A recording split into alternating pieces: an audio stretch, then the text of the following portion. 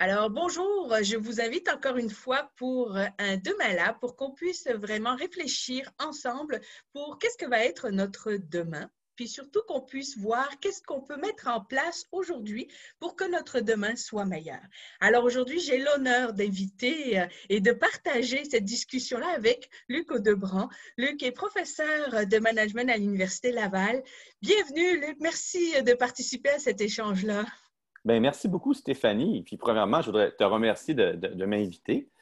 Et deuxièmement, je voudrais te remercier pour le beau projet parce que je te suis depuis 14 ou 15 semaines, je ne sais plus ça fait combien de temps, mais puis j'ai regardé quelques-unes de tes balados avec quelques personnes, puis j'ai toujours trouvé ça non seulement très intéressant, très enrichissant, et avec des personnes très, très passionnées. Et donc, je te félicite pour ton projet. Puis j'espère que tu vas pouvoir continuer le plus longtemps possible. Moi, je pense que oui, parce qu'on va toujours rêver. Il le faut. Alors, Luc, peux-tu nous expliquer en quelques mots, qui es-tu, qu'est-ce que tu fais? Une grosse question. Donc, je suis, comme tu le mentionnais, je suis professeur de management à FSAU Laval, qui est l'école de gestion de l'Université Laval à Québec. Et dans le cadre comme professeur, j'ai trois grands intérêts de recherche. Tout d'abord, je m'intéresse au développement d'une économie plus solidaire, plus inclusive. Donc, qu'est-ce qu'on peut faire pour rendre l'économie, le monde des affaires plus inclusif, plus solidaire, moins divisif? Ça, c'est mon premier champ d'intérêt. Mon deuxième champ d'intérêt, c'est tout ce qui concerne l'engagement social. Comment on peut remettre l'engagement social, c'est-à-dire le don de temps, d'argent, d'expertise, de biens matériels, comment on peut mettre tout cet engagement social-là au cœur de notre vie? Pas plus important ou moins important que le travail ou que les autres choses, mais au cœur de notre vie. Ça, c'est mon deuxième centre d'intérêt. Puis mon troisième centre d'intérêt, ça, c'est ce qu'on va aborder aujourd'hui, c'est le concept de management responsable. Et qu'est-ce qu'on fait avec ce concept-là? Comment l'appliquer, comment gérer de façon plus responsable nos entreprises, nous-mêmes et aussi notre société. Donc, voici mes trois grands champs d'intérêt. C'est ce qui me passionne, c'est sur quoi je fais de la recherche depuis de nombreuses années. Parfait. Alors justement, moi, on avait échangé beaucoup sur le management responsable, puis toi, tu disais, justement, l'avenir, il faudrait qu'elle soit, on va dire, plus responsable. Puis ma question, c'est, comment peut-on rêver demain? Peux-tu nous expliquer pourquoi, pour toi, le fait de rêver demain, management responsable va avoir un impact? En fait, on n'a pas vraiment le choix OK. on n'a pas vraiment le choix de gérer de façon plus responsable parce qu'on fait face à, puis ça c'est moins drôle à dire, mais on fait face à une quadruple crise. On a une OK. crise Ah, économique, une oui. crise écologique, une crise politique et une crise sociale. Et cette quadruple crise-là, évidemment, a un impact sur la société, un impact sur nous, sur les humains, un impact sur notre environnement. Et donc, on doit trouver un moyen de gérer nos organisations différemment si on veut, comme espèce humaine, rester le plus longtemps possible sur la planète. Donc, on n'a pas le choix de gérer de façon plus responsable. Donc, il faut vraiment que, ce que j'entends aussi, c'est que les entreprises prennent l'aspect social, prennent l'aspect, on va dire, climat aussi. Donc, il faut qu'ils l'intègrent, tout ça, la politique, il faut qu'ils intègrent ces quatre crises, comme tu dis, dans l'entreprise. Est-ce que ça serait ça un peu ou… Il ne faut pas intégrer les crises, au contraire. Non, non, Faut mais, essayer non, mais les aspects climat, social, Oui, et tout ça, oui? ça, assurément. On n'a OK. plus le choix. Chaque entreprise, chaque individu doit penser à ça, doit intégrer les aspects sociaux et environnementaux autant que les aspects de redistribution économique, d'égalité économique dans leur chaîne de pensée. Le management responsable, là, je vais quand même te donner ma définition, Oui, ça serait bien. ma définition officielle de management responsable. C'est un management qui intègre dans ses fondements, ses orientations, ses pratiques et ses outils, c'est assez large, la triple exigence sociale, environnementale et économique du développement durable. Donc, c'est vraiment un management qui met ces trois exigences-là au cœur de ses pratiques. J'ai dit exigence et non contrainte. OK. Parce que contrainte, ça voudrait dire qu'il faut que ce soit l'économie ou soit le social. On est contraint de faire attention à l'environnement et à la société. Mais moi, je ne veux pas qu'on voit ça comme une contrainte. Je veux qu'on voit ça comme une opportunité, comme une occasion d'affaires, comme une occasion de faire les choses différemment. Donc là, on revient à ce que tu disais par rêver. Ouais. Rêver différemment, tu vois? Et comment c'est, parce que j'entends beaucoup, moi, les gestionnaires qui disent, on a déjà tellement de choses à faire, tu sais, entre l'humain, entre les équipes, entre toutes les stratégies, entre le politique à l'interne des entreprises. Comment je peux encore intégrer le côté social, le côté climat, le côté, c'est comme Oui. redonner à la société qu'est-ce que je peux? Oui. Écoute, j'entends moi aussi ces Mhm. commentaires-là de plusieurs gestionnaires. Et c'est pour ça que dans ce que j'ai essayé de faire dans mes travaux, non seulement dans mon livre sur le management responsable, c'est d'essayer de dire il faut y aller, il faut manger un éléphant une bouchée à la fois. Hein? On avance une bouchée à la fois et on ne peut pas tout Ouais. faire d'un coup parce qu'on va s'épuiser puis on ne veut surtout pas s'épuiser. Donc, il faut y aller un, une étape à la fois. Alors, comment je m'y prends, moi? Quand j'ai eu l'idée de mon projet sur le management responsable, quand mon département m'a dit, Luc, tu vas faire un MOOC, c'est-à-dire une formation en ligne gratuite et Mhm. ouverte à tous et à toutes, sur le management responsable, j'ai dit, ah, d'accord, comment je vais m'y prendre? Comment je vais réussir à faire un projet comme ça et un livre sur le sujet? Évidemment, je m'y connaissais en management responsable, en responsabilité sociale des entreprises, mais je ne trouvais pas le moyen de, de faire en sorte que ça soit facile pour une personne, pour un entrepreneur, pour un gestionnaire. Et tout d'un coup, j'ai eu une illumination. J'ai dit, on va y aller par les valeurs. OK. On va essayer de regarder quelles seraient les valeurs Hmm. que l'on devrait mettre en place, que l'on devrait avoir et que l'on devrait promouvoir au sein de nos entreprises de façon à aller comme objectif vers un management un peu plus responsable. Et donc, j'ai pris ce qu'on appelle une approche axiologique, c'est l'étude des valeurs. Donc, on s'intéresse aux valeurs et je me dis, mon approche, c'est d'essayer de déterminer quelques valeurs, pas toutes les valeurs, parce que je ne les connais pas toutes, mais quelques valeurs qui pourraient aider nos entreprises, nos gestionnaires à être plus responsables. Puis ça Alors, serait quoi ces valeurs-là? ben voilà. Alors, ce que j'ai C'est fait, ça? évidemment, je les connaissais pas. J'avais une petite idée des valeurs, mais Ouais. j'avais envie d'être un peu plus scientifique, un peu plus systématique. Mhm. Donc, j'ai passé mes 35 collègues de mon département à l'époque en entrevue. Donc, j'ai Oh, fait 3 entrevues avec chacun d'eux, 3 moments différents, enregistrés, filmés.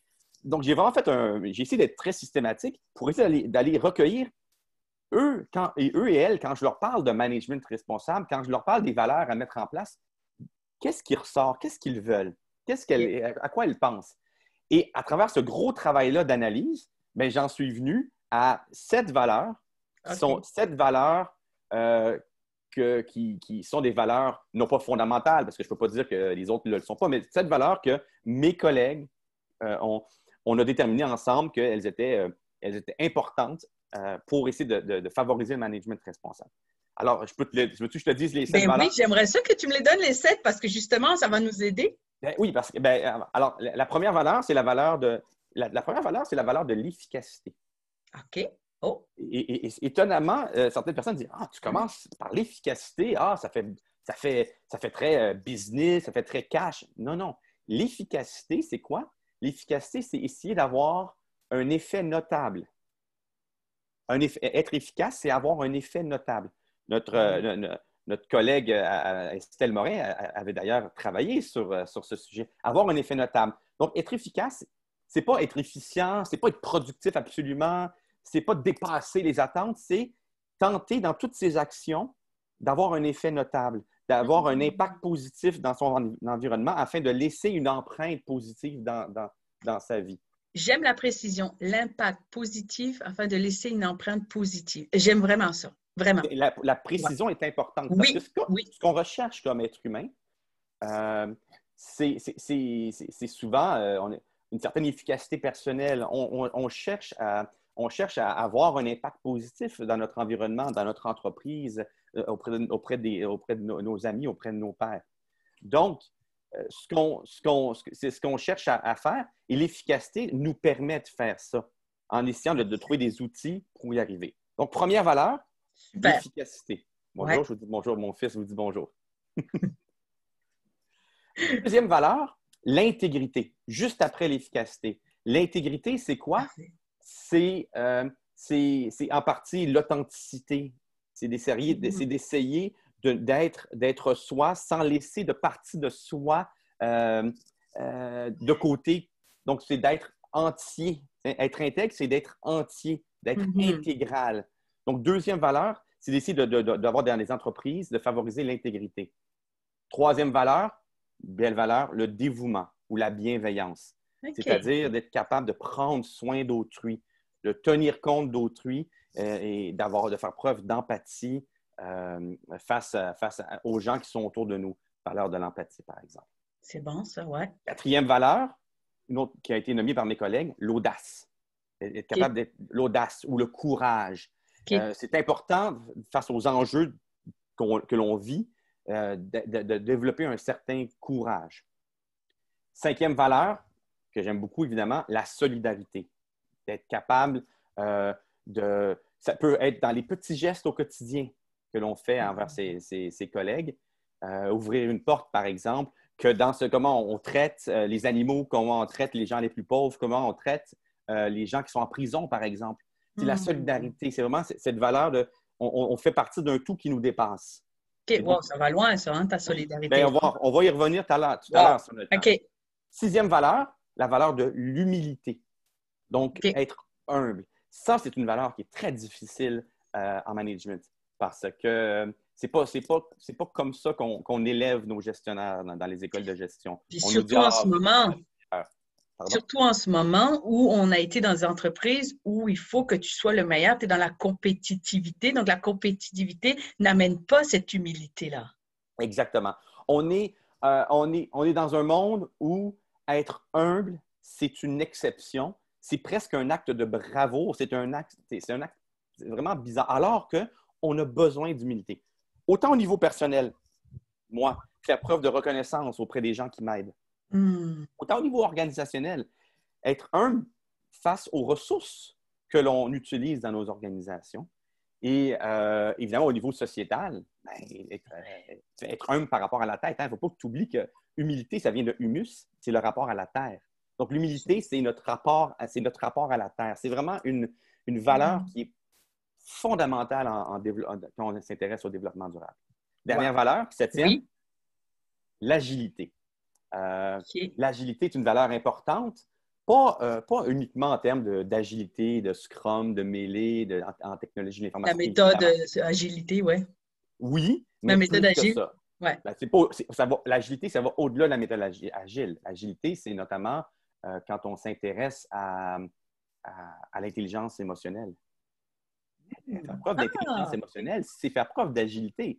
Parce que c'est être capable de se comprendre soi-même, de comprendre les autres. D'ailleurs, on utilise de plus en plus le terme d'agilité émotionnelle. C'est d'être capable de gérer ses émotions, gérer les émotions des autres. Donc, d'abord, l'agilité, ça commence par l'intelligence émotionnelle, puis ça se termine, l'agilité, par avoir une vision, je dirais, paradoxale de notre environnement. Une vision complexe. Oui. Donc, dans l'agilité, tu intègres le paradoxe, tu intègres la complexité aussi.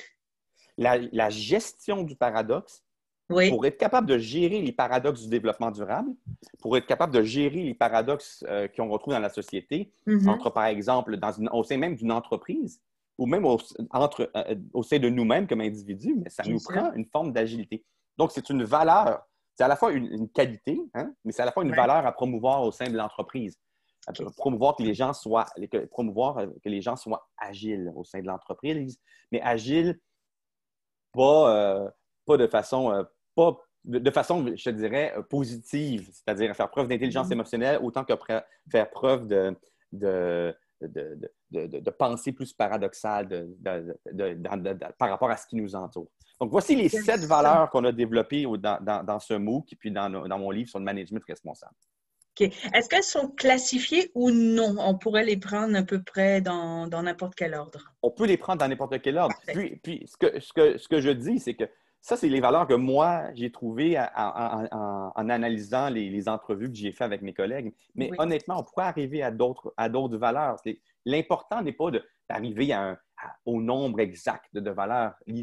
L'important, c'est de développer, de comprendre quelles sont les valeurs qui sont essentielles pour nous comme individus. D'abord. D'après moi, c'est vraiment ça l'essentiel. Une fois qu'on a fait ça, si je suis gestionnaire d'entreprise ou propriétaire ou entrepreneur, comment ces valeurs-là, je les mets en place dans mon organisation? Et ensuite, comme organisation, comment ces valeurs-là, je m'assure que dans mes interactions avec les autres organisations, elles soient encore présentes. Est-ce que tu demanderais aux gens qui, pour l'avenir, on va dire, pour qu'ils développent leur management responsable, en gros, qu'ils fassent un atelier, c'est quoi nos valeurs personnelles, c'est quoi nos valeurs en équipe et nos valeurs organisationnelles, puis qu'on s'assure que ces valeurs vivent. Est-ce que ça serait comme un exercice que tu pourrais proposer aux gens en ce moment? En fait, c'est un exercice que je propose OK. lorsque je fais des ateliers dans des entreprises, dans des ministères, dans des organismes de toute forme. Je commence par ça. En fait, je commence toujours par essayer de faire dire aux personnes quelles sont leurs valeurs, aux personnes. Ensuite, quelles seraient les valeurs de l'organisation et dans quelle mesure il y a des liens? Est-ce que les valeurs se rejoignent? Ensuite, une fois que tu as fait ça, évidemment, une fois que tu as réfléchi à tes valeurs, ben, c'est pas suffisant. Malheureusement, avoir des valeurs sur son site Web, ça mène nulle part. C'est beau. Malheureusement. Donc, il faut trouver des pratiques de gestion qui soient adaptées aux valeurs dont on fait la promotion et aux valeurs auxquelles on croit. Parce qu'on peut voir les valeurs de 4 façons. On peut voir, par exemple, il y a ce qu'on appelle les valeurs épousées. Ça, c'est les valeurs qu'on voit sur les sites Web. Dans Organisation X, on a telle valeur. Ouais. Ouais, ça veut dire quoi? Des fois, la définition n'est pas présente. Des fois, c'est un peu... Bon. Donc, les valeurs épousées, il faut faire attention. Il faut aller chercher ce qu'on appelle les valeurs partagées. Ça, c'est les valeurs qu'un groupe de personnes au sein d'une organisation ont vraiment en commun. Donc, comme atelier, Stéphanie, j'inviterais les gens justement à lister ces valeurs-là. Une fois qu'on a listé les valeurs, il faut en trouver une définition. Puis pour que le sens du mot, le sens de la valeur, si par exemple la valeur qui ressort, c'est la valeur de l'humilité, disons, que le sens soit clair pour tout le monde. Parce que si le sens n'est pas clair pour tout le monde, la valeur, on ne pourra plus dire qu'elle est vraiment partagée. On y va chacun avec son sens. Chacun avec son sens. Une fois qu'on a fait ça, là, le plus important, c'est de se dire, quelle pratique je mets en place? Si, par exemple, une des valeurs dans ton entreprise, toi, c'est la solidarité. Si tout le monde dit la solidarité, c'est important, mais qu'est-ce que tu fais? Comment, par exemple, tu intègres les personnes immigrantes dans ton entreprise? Comment tu t'assures d'avoir une parité homme-femme dans ton entreprise? Tu vois, c'est toutes des réflexions en lien avec la solidarité. Mais on a tendance à ne pas le penser comme ça. Mais si tu dis que ta valeur, si comme organisation, tu dis ma valeur, une valeur centrale, c'est la solidarité, il faut que tu ailles au bout de ta pensée. Ce n'est pas suffisant de dire que c'est une valeur épousée, qu'elle est sur le site Web. Il faut que tu dises comment ça va. Puis comment je fais des pratiques. Par exemple, est-ce que j'utilise un langage épicène? Est-ce que j'utilise un langage inclusif? Jusqu'où je vais ou jusqu'où je suis prêt à aller pour mettre cette valeur-là au cœur de mon entreprise. Comment je l'intègre et comment je m'assure qu'elle soit vivante. Exactement. Là, et quand tu fais ça, et là, évidemment, t'assurer de faire pour la valeur, parce que si tu dis une valeur comme après ça, la question à se poser, c'est comment je m'assure que cette valeur-là, elle soit liée aux autres valeurs que j'ai et que ça m'enligne vers cette triple exigence sociale, environnementale et économique du développement durable. Tu vois, il faut aller, parce que si tu parles de solidarité, la solidarité, tu vas plus aller vers l'aspect social, tu vois. Mhm. L'unité, c'est plus l'aspect peut-être environnemental. Donc, s'assurer d'avoir je dirais, un bon bouquet de valeurs qui permet, en fait, le bouquet permet de toucher aux différents enjeux du développement durable. C'est pas Puis, facile, hein?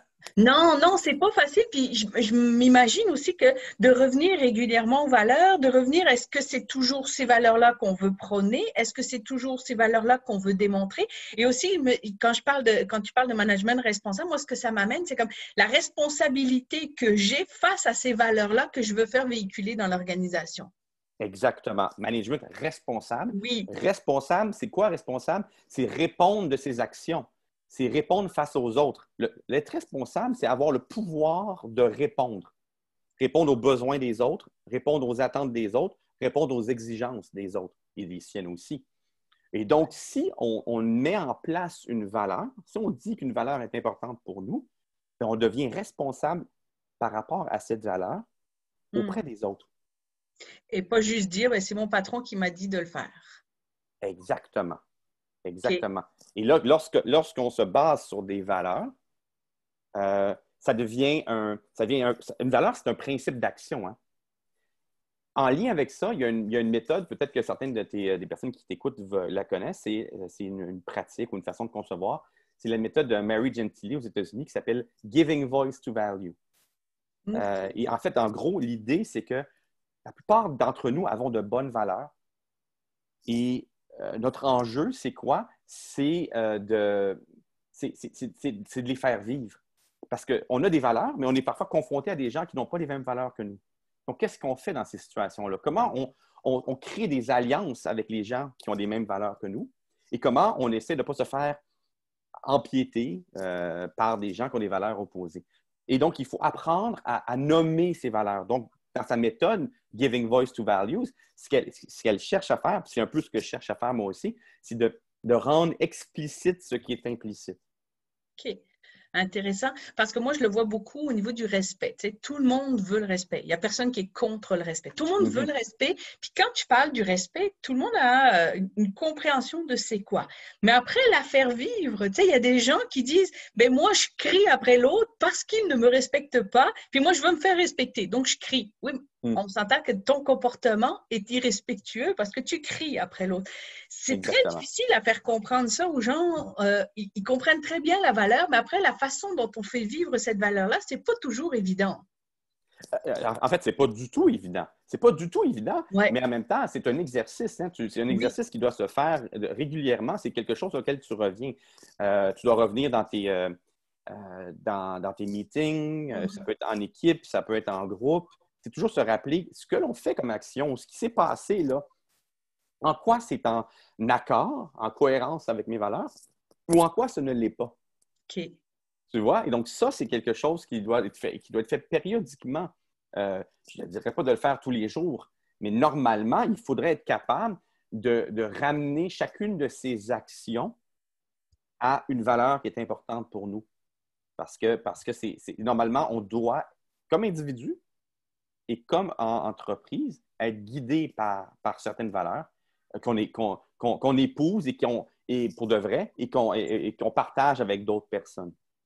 Donc, ça, c'est un exercice que tu proposerais aux gens. Est-ce qu'il y a d'autres choses que tu proposerais aux gens pour dire, OK, si vous voulez travailler le management responsable, voilà qu'est-ce que vous pourriez faire aussi maintenant pour vous amener vers le management responsable. Bien, en fait, la première chose à faire, que moi je fais de façon générale, c'est que je distingue trois niveaux. OK. Il y a le niveau, ce que j'appelle le niveau individuel, le niveau Oui. micro. Il y a le niveau méso, qui est le niveau de l'organisation, puis il y a le niveau macro, qui est le niveau de la société. Donc, ce que j'invite les gens à faire, c'est lorsqu'on a développé nos valeurs, c'est de se dire, ben, qu'est-ce que ça implique pour moi comme individu, que je sois employé ou que je sois gestionnaire. Mhm. Ensuite, qu'est-ce que ça implique au niveau méso, au niveau des pratiques que je mets en place dans mon organisation? Et comment je suis capable de passer chacune de mes pratiques au crible de mes valeurs? Est-ce que ça Ouais. passe le test ou non? OK. Puis Parfait. ensuite, ça c'est à l'interne, dans la Ouais. manière dont j'interagis avec les gens dans l'organisation. Et ensuite, évidemment, là, c'est de se dire, mais j'ai aussi à interagir comme organisation, moi comme vendeur, ou comme client, j'ai interagi avec d'autres partenaires, comment je m'assure que ces valeurs-là sont aussi présentes? Donc, le truc, c'est de se dire, c'est de séparer ça en différents aspects. Plutôt que de voir ça comme un gros blob, Ouais. une grosse gelée, bien, on va essayer de bien séparer ça en différents moments, différents aspects. Pour rendre ça un peu plus clair et pour essayer de passer d'un niveau à l'autre. Parce que c'est très facile de regarder les valeurs pour soi au niveau individuel. C'est plus difficile de les voir au niveau organisationnel, puis c'est plus difficile de les voir au niveau sociétal. Donc, il faut d'abord être bien sur ses assises au niveau individuel pour pouvoir aller aux autres niveaux. OK. J'aime ça. Donc, l'idée du socle, c'est moi. Après, est-ce qu'elles sont en cohérence avec ce qui se passe en organisation? Puis après, est-ce qu'elles sont en cohérence avec ce qu'on veut aussi dans notre société? C'est gros. Oui, parce qu'une entreprise, c'est un acteur, c'est un citoyen, c'est un acteur. Dans certains pays, en fait, ils ont c'est une personnalité légale. Donc, on peut plus faire semblant qu'une entreprise n'est pas un citoyen qui a des comptes à rendre, au sein de la société. Donc, comment elle s'y prend dans ses interactions avec les autres membres de la société pour respecter ses valeurs? Puis même ça, puis je te dirais, moi, ce que ça me fait penser aussi, c'est comme l'intégrer. Une fois que tu as tes valeurs-là, c'est dans tes comportements, c'est dans tes prises de décision aussi, c'est dans tes façons dont tu interagis avec tes collaborateurs, pas juste des collaborateurs à l'interne, mais tes collaborateurs maintenant qui sont à l'externe aussi. Oui, parce que, exactement, quand je disais client, quand je disais toute personne, toute partie prenante de l'organisation, c'est ce que je voulais dire. Mais ça n'a pas besoin d'être quelque chose de compliqué. Okay. C'est compliqué si tes valeurs ne sont pas claires. C'est compliqué si tu t'es pas assuré d'avoir des valeurs explicites et vraiment partagées au sein de ton entreprise. Quand tu as une définition commune d'une valeur, c'est plus facile après de regarder telle action et pour vérifier si elle est en cohérence ou non avec ta valeur. Okay. Si c'est juste un mot vide de sens, ça ne fonctionnera pas. Et ça, ce travail-là, malheureusement, c'est pas mon livre sur le management responsable qui va te donner ça. C'est un travail que tu vas faire, toi, dans ton entreprise, et ça peut prendre du temps. Il faut ça, tu sais, qu'on fait l'énoncé de mission, vision, valeur et tout. La partie valeur doit vraiment être... je ne dirais pas qu'elle est plus importante que les autres, là, je ne veux pas mettre, mais elle doit être faite jusqu'au bout. Pour pas s'arrêter à mi-chemin. C'est un beau mot, solidarité. C'est un beau mot, intégrité. Tu vois, il faut aller au bout de son processus de réflexion. Qu'est-ce que ça implique? Quel sens ça fait pour moi? Exactement. Et quel sens je veux que ça fasse dans mon organisation? J'aime vraiment ça. Écoute, j'aime donc en gros le management responsable. J'aime beaucoup que tu le dises. Finalement, c'est simple parce que souvent on le voit gros. Puis je te dirais qu'effectivement, des fois, ça peut être quand tu dis à plusieurs niveaux. Là, tu sais, quand tu commences à intégrer la société, quelque chose qui est plus grand que moi, c'est comme ouf. Il y a certaines organisations qui font comme moi, je suis pas là. D'accord? Mais j'aime beaucoup que finalement, c'est simple. Une fois que tu as basé sur tes valeurs, une fois que tu comprends bien, une fois que tout le monde a bien saisi c'était quoi, qu'on est tous en accord avec ça, qu'on comprend le sens que ça fait et surtout les comportements et les prises de décision qu'on prend en rapport avec ces valeurs-là, bien là, ça régit nos façons de faire ensemble. Exactement. Puis ça devient facilitant. En fait, et là, tout d'un coup, c'est le contraire. Ça devient beaucoup plus facilitant d'agir parce que tu le sais au fond de toi si tu es en cohérence ou non avec une des valeurs que tu prônes. Tu sens, quand la valeur est claire, tu le sens. Tu le sens au fond de toi que tu vas à l'encontre de tes valeurs ou tu vas à l'encontre de quelque chose. Si tu l'explicites, ça devient encore beaucoup plus facile. Plus tu gardes ça en toi, tu dis dans mes tripes, il y a quelque chose qui va ou il y a quelque chose qui ne va pas. Ouais, mais c'est ça, là. Faire ce travail-là, c'est d'aller mettre des mots sur ce que tu sens au niveau de tes tripes. J'aime beaucoup ça. Puis je fais un lien puis rapide là, mais avec tout si tu te souviens de ce qu'on faisait avec l'influence sociale, là, tu sais, tout ça, là, les valeurs vont aider aussi dans notre façon d'influencer les autres et d'avoir un impact sur les autres. Bien, clairement, parce que si on a certaines valeurs, qu'on est clair, c'est évident que les gens voient une cohérence entre ce que je dis et ce que je fais. Les gens vont vouloir nous suivre parce qu'ils vont avoir ils vont avoir plus confiance en nous. Les gens vont nous donner ce leadership-là si elles sentent que je vais en aller dans une certaine direction. Puis si je suis les valeurs claires et précises, ben j'ai moins de chances de me tromper. J'aime vraiment ça. Peux-tu nous rappeler, c'est quand que le MOOC commence pour que les gens puissent le suivre? Ben alors, ceux qui sont intéressés à suivre le MOOC, tu pourrais mettre le lien pour s'inscrire. Je vais le mettre, oui. Premièrement, il faut comprendre que le MOOC est gratuit. Que c'est une formation à distance gratuite, ouverte à tous et à toutes. Oui. Ça peut se faire en suivant le rythme qui est proposé, qui est sur 7 semaines, environ 3 heures semaine, ou ça peut se faire comme on le veut, à notre propre rythme, sur 1 an. Donc, vraiment, là, on a le choix. Si on veut avoir la certification, bien, il faut suivre le rythme. Mais si pour nous, la certification, ce n'est pas important, mais ce qu'on veut, c'est entendre, écouter, voir ce qu'ont à dire les personnes qui sont présentes, ce n'est pas nécessaire. Donc, le MOOC commence le 14 septembre, mais on peut encore s'inscrire, je crois, jusqu'au 5 octobre. OK, parfait. Une fois qu'on est inscrit, ben, on a accès aux vidéos. Donc, il y a 4 ou 5 capsules vidéo par séance, des capsules d'une quinzaine, vingtaine de minutes pour pas qu'on perde l'intérêt des gens. Puis ensuite, ben, on les regarde dans l'ordre que l'on veut. Donc, tu disais, moi, ce qui m'intéresse aujourd'hui, c'est de commencer. Moi, je m'intéresse plus à l'agilité, mais tu n'as qu'à commencer par l'agilité. Si tu t'intéresses à l'efficacité, tu commences par l'efficacité. Nous, on le fait d'un certain rythme, une certaine chronologie, mais vous n'êtes pas obligé de le suivre. Vous êtes libre quand vous le suivez. Donc, c'est gratuit. Tout ce que ça prend, c'est une connexion Internet.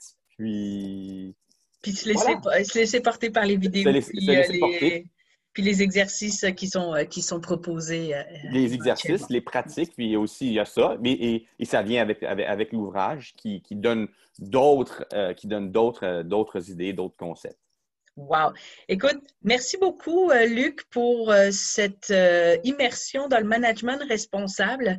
Donc, moi, ce que je retiens, c'est on définit nos valeurs, on regarde qu'est-ce que ça veut dire pour nous, comment je suis aussi en cohérence avec ces valeurs-là. Je regarde dans mon équipe comment ces valeurs-là résonnent. Est-ce qu'on a des valeurs communes? Comment on peut justement faire en sorte que ces valeurs soient communes-là et aient du sens pour l'équipe?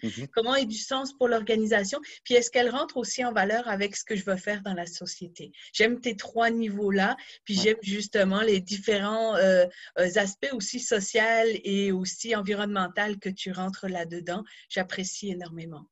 Ben, ça me fait plaisir. Je pense que je vais faire des exercices cet après-midi. Ben, bonne chance. Merci, Luc. Merci Au plaisir. Au revoir.